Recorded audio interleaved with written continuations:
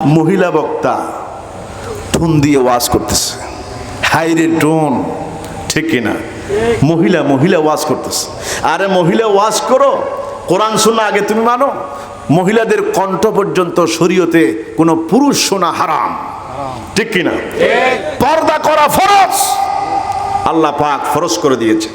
কোরআন শরীফ আল্লাহ পাক বলেছে, কুল লিল মুমিনিনা ইয়াগুদ্দু মিন আবসারিহিম ওয়া ইয়াহফাযু ফুরুজাহুম।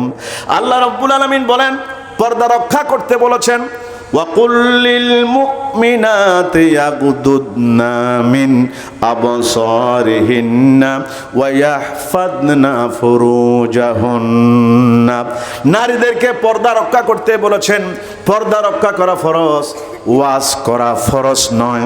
ভাইরা আমার, পর্দা বিঘ্নিত করে কখনো ওয়াজ করা জায়েজ নাই, ঠিক কিনা? আওয়াজ দেন, ঠিক কিনা? বেপর্দা হয়ে ওয়াজ করতেছে মানুষের সামনে, এটা আবার নেটের মধ্যে এটা ছাড়তেছে, ঠিক না? এটা আবার মানুষের দেখার মতো, এটা একটা ব্যবসার মতো করে বলছে, ঠিক কিনা?